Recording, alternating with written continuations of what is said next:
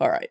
So hopefully you enjoyed that little montage. I just thought I'd kind of throw in there of clips I've gotten of the first season now that it's kind of concluded. But the main topic of this video that I wanted to get to was kind of just really talking about Marathon as a whole since season one is over and kind of getting your guys' opinion on it. Hopefully down in the comment section we can get a little discussion board going. Um, But me personally, I think the first season Marathon has been awesome. Definitely one of the best games I've played in a long time. One of the most addicting games that I can see myself playing for a while. Right. Rocky Start, obviously, Rocky Start to season one, first release of the game, which I thought was going to be a given. I knew that going into it, right? And as I think most other people did. But baseline, great fucking game. I loved it. It was awesome. It took me back to Destiny times and Halo, with the immersion and the atmosphere and kind of like the deep cryptic messages laid out throughout the game within the lore and all that stuff. But great first season. Obviously, there's stuff that's got to get fixed, but I think everybody has a little bit of a different view on it. So um, before we get into that, let's just talk about kind of a sentiment I've been seeing surrounding Marathon, right? Like, I feel like a lot of people who maybe have never played a Bungie game before or have just never really been interested in it came in with the mindset of, oh, this is just going to be another extraction shooter, right?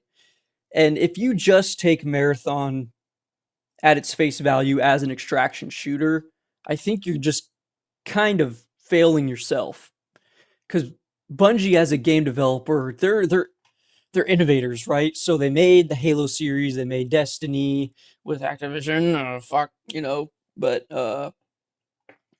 they're innovators. They take games like you could call Halo 3 a first person shooter, right? But that's not really if you would ask anybody who really loved the Halo series like myself, it's not a first person shooter. It's not just a first person shooter, right? It's more than that. The immersion, the atmosphere behind all these games that they've made previously really made the games, the lore, and I can see them trying to do that with Marathon. It's just I feel like Marathon being an extraction shooter, that's going to be really hard to do, and they're already kind of succeeding at it. But I just think as time goes on, as we get more seasons, that's just going to build on the immersion and atmosphere of these games, right? It's not going to be the same message that these previous Halo game or Bungie games have been, right? Like Halo with Master Chief and these other characters like Noble Team and the Reach series or the ODSTs. It's not going to be this kind of heroic, spotlight sort of message. But their games have always had a message and they've usually always been relevant to the time. So like right now with all this artificial intelligence stuff going on, it really kind of takes what's current right now and kind of uh, puts it into a further perspective down the line, right? So I think they are trying to do that. It could use some work, but I think as it's going to take time for that build up, right? Because each season, I'm hoping it's going to be like not a different game, but it's going to include, you know, lots of new stuff. With the recent news, obviously, of hopefully there being new alien enemies that haven't even been seen yet. Just like the compiler, right? I think that that's kind of where they're going with this, and if it is, awesome, right? But maybe they have something else in mind. But that's kind of just my opinion on that, right? And then with that, you have the criticism. So, like I said before in the beginning of the innovation section, I'm kind of gonna go through the criticisms a little more in depth. So I feel like when Marathon first started out, we had a lot of people that had never played a Bungie game before or just didn't really know what they were about, picking up the game and kind of making these critiques. And they could have been big voices, right? Like streamers, you know what I mean? That kind of have an inflated voice because they're looked at more. And I think that it kind of sways what Bungie really thinks we think the game is, if that makes sense. Um, I think that if these people that really had no idea what the game is supposed to be picked it up and played it, and you're like, oh no, this is trash. I'm not going to be playing this again. But then they leave these trails of like remarks and criticisms. I think that if Bungie sees that and they're like, oh yeah, we got to change that. It could be that could theoretically lead to the fall of Marathon in my eyes, because that is exactly what I'm seeing. I'm seeing a bunch of these people that pick up Marathon and try it, and they just they pick it up, try it, they don't like it. It's not their sort of game, which is it's not going to be everybody's sort of game, but they criticize it and then they just leave it, never to try it again. And I think that if these people kind of succeed with that, it's going to keep the player count of Marathon low, and it's kind of going to, a lot of people are going to avoid trying it because of that. So I think that Bungie has to be careful about whose criticism they listen to and whose they choose to kind of work on, right? Like, I would rather listen to the criticism of actual loyal fan base players rather than some big streamer who's just going to pick up the game to play it once and then never play it again. They need to keep their kind of core values that they thought of when developing the game consistent throughout every season, right? Because if they don't end up doing that, it's just going to be kind of this conglomerate game, or it's going to be like another kind of genre game that wanted to do something different in the beginning, right? But just really kind of branches out and tries to make everyone happy, and it just doesn't really end up working out that well. But now that we're done with that, stuff we liked, man. I think that as a whole, man, I love the maps. The maps are great. I mean, I personally don't like Dire Marsh that much just because I'm not that good at it, but I can see how people love it, and I even want to play it more. I want to get better at it, and with the introduction of these night modes, that's going to be awesome. Outposts, amazing map. Cryo Archive, man, when they first dropped Cryo, that was amazing.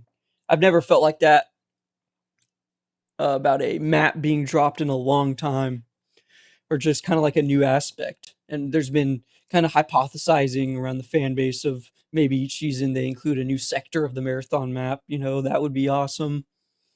The compiler, the compiler. I haven't killed it yet, but I'm going to. I will. I gotta get those. I gotta get those compiler, those Cryo Archive skins for the shells. The unlocks, right? The skins and the skins for the shells and the weapons. How you have to do certain things. That's being brought back, which I love. And obviously, there's still stuff that you can buy in the shop as far as skin goes, but I really do enjoy, and I hope they add more of that to where there's more titles to unlock, there's more skins to unlock, the Vidmaster, the callback to the Halo 3 Vidmaster achievements, right? Like stuff like that. It's just, we've kind of there's been a resurgence of that with Marathon, and I really hope they choose to keep that going. That's something that I've really missed. It's the unlocks from actually doing stuff in game rather than just buying it or pay to drip sort of stuff. You know what I mean?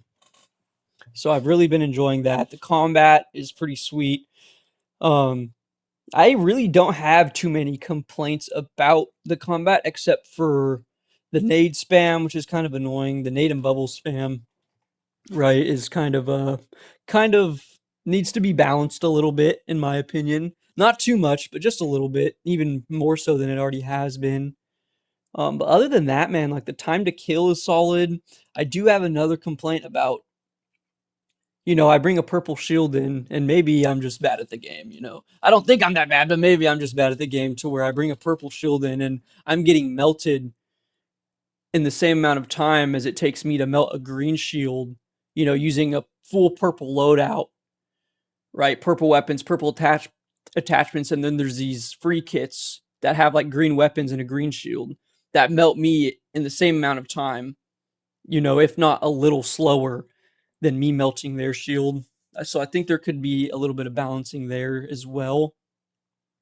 Because all it takes then is, they crack my shield a little after I crack theirs, one of their teammates pushes up, I'm dead, right? It's like if I'm coming in with all this loot, I don't know. I just feel like there's this this time to kill issue with as far as shields go and how powerful they actually are. Like, I really don't see a difference between a blue and a green shield, to be honest. Trying to crack them. So I think there's a little bit of balancing that needs to be going on between the shields. But other than that, man, it's solid. It's solid. I really do enjoy it. I don't know if you guys have anything to add that pertains to that.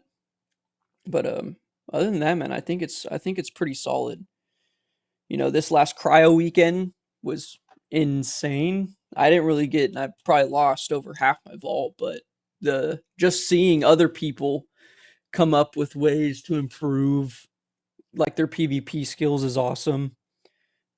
There's all these niche little tricks that you can do, and people are discovering like every day there's something new to try, which I'm a big fan of. Honestly, I know some people and most people aren't, but you know, if there's a trick in a game that wasn't really not you know, it wasn't really supposed to be intended to use that way, but you know, it people can make it work. You know, more power to you, sort of thing. Um, but other than that, man, I really don't have too many complaints. I really think it is just a great game all around. I know they're still experimenting with different modes like duos and solos and stuff like that. I'm excited to see where that goes. I've never been too big of a fan of the duos or solos, to be honest. I like playing with the threes, but yeah, it's been a pretty good time, and hopefully we see what season 2 has to come. And if you guys like this sort of thing, let me know, and I'll keep making stuff like that. Or if you just like the montages, you know, give me some advice down in the comment section, and hopefully we can talk about it a little more in depth. See you guys later.